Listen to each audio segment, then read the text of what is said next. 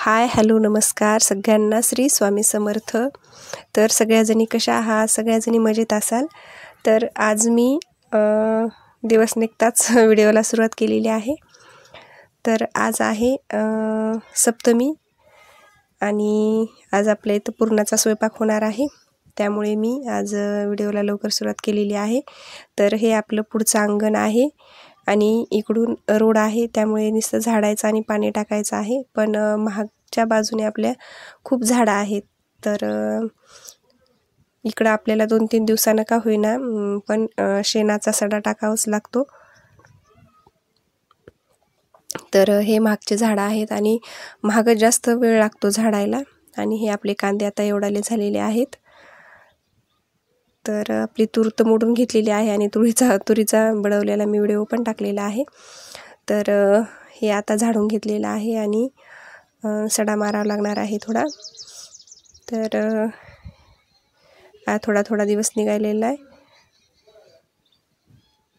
तर हे आहे आपलं रामफळाचं झाड आणि रामफळं लागलेत आणि सध्या जास्त पाला जर पडत असेल तर रामफळाचा पडायला, कारण आता सध्या तर खूप पानगळती व्हायली आहे ह्या झाडाची आणि जेवढे काही पानं आहे तेवढे गळायलेत आणि फळ तेवढं दिसायले।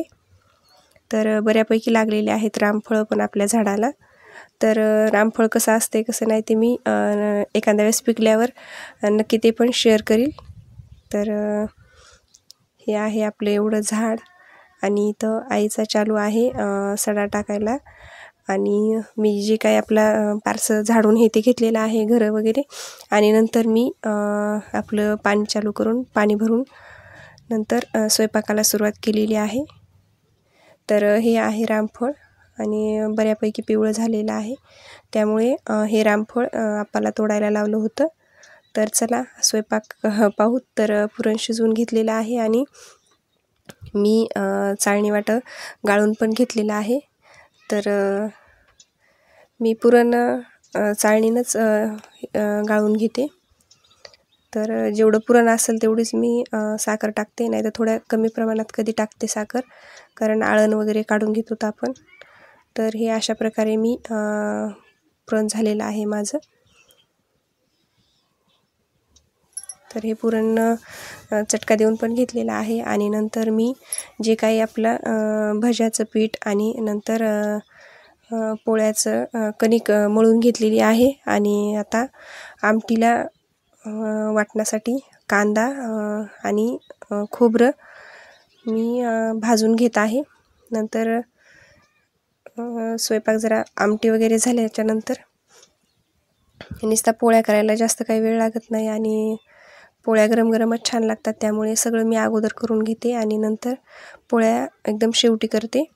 तर अशा प्रकारे मी खोबरं काळं होईपर्यंत भाजून घेतलेलं आहे आणि आता कांदा टाकणार आहे। तर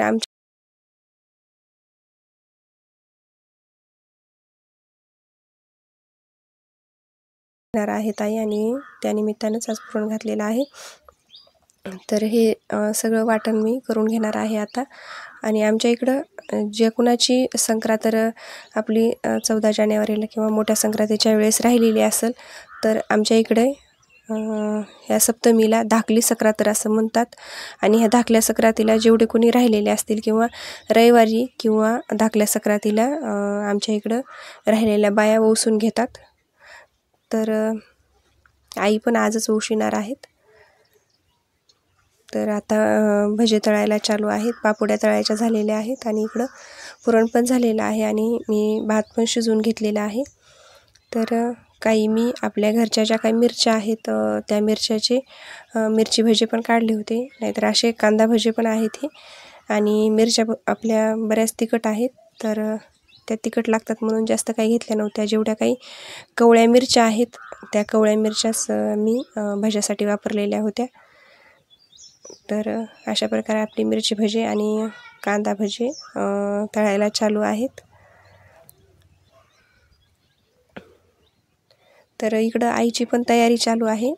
आईनं जे काही सुगडे आहेत ते काढलेले आहेत आणि नंतर धुवून घेतले, त्यांना हळदी कुंकू लावलं आणि माझी स्वयंपाकाची तयारी।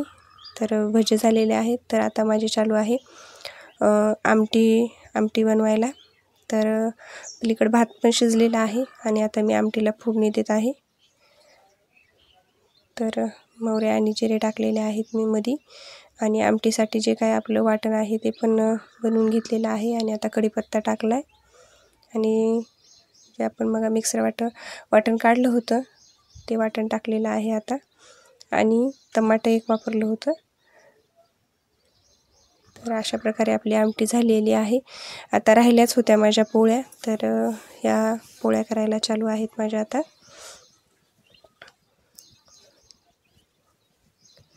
तर पोळ्याच्या अगोदर जे काही नैवेद्य लागतो ते नैवेद्याचं ताट केलेलं आहे, आणि नंतर पोळ्याला सुरुवात केलेली आहे.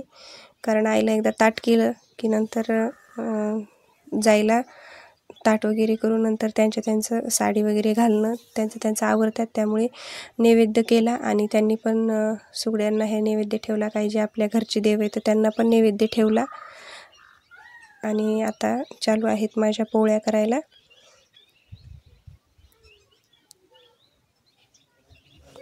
तर अशा झालेल्या आहेत आमच्या पोळ्या.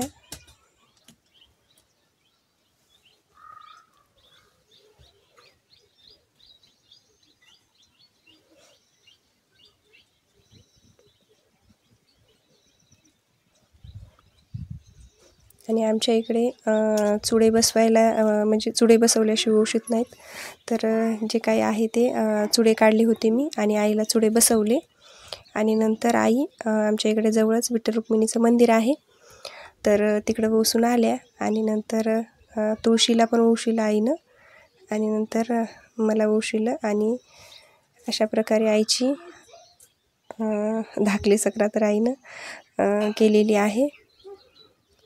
तर आता आम्ही सगळेजण जेवण करणार आहोत. तर या सगळेजण जेवायला. आणि ह्या आमच्या आई आहेत, एरवी नथ घालत नाहीत.